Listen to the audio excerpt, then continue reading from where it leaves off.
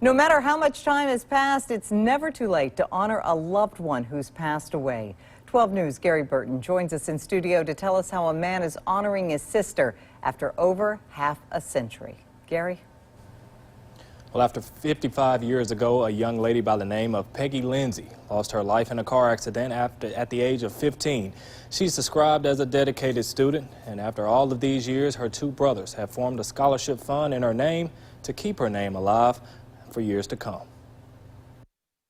At just 19 years old, Ronnie Lindsay received the news that his baby sister Peggy had been killed in a car accident that involved both of his parents. She never experienced life, the beauty of her life in this world. Now in his 70s, the memories from that horrific time are still stuck in his brain. You look back and you say, gosh, what could have been? He says Peggy had so much life ahead of her, like graduation, marriage, and becoming a mother.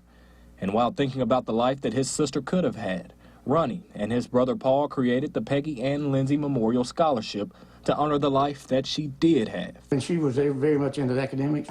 I think she would be delighted that this is the way we chose to try to honor her. Through GoFundMe, the brothers have raised $4,000 with the goal of $10,000. The scholarship will award $500 each spring to a student at Southwest Mississippi Community College until the money runs out. If we really respect students, I think that's a huge thing in our day, this and age, is that young people get educated. Everybody can't because of financial or other obligations, and maybe this will help somebody to further their education. Ronnie's daughters, Rebecca and Donna, never met their Aunt Peggy. They're the youngest and oldest grandchildren of Ronnie's parents, Bob and Lona, who survived the accident in 1965.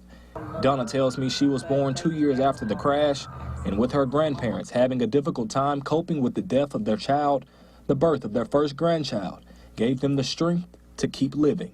They wanted me around all the time, and they always told me how much they loved me and how I saved their lives. Rebecca reads a poem written by her grandmother that explains the tragedy. We lost our lovely daughter when she was only 15, and soon our sons were married, and just the two of us to make the scene. But now it's the two brothers that are left to make the scene for the legacy of their beloved baby sister. And if you would like to make a donation to the scholarship fund, the link to the GoFundMe will be posted on our website and all of our social media platforms. I'm Gary Burton with 12 News. Back to you.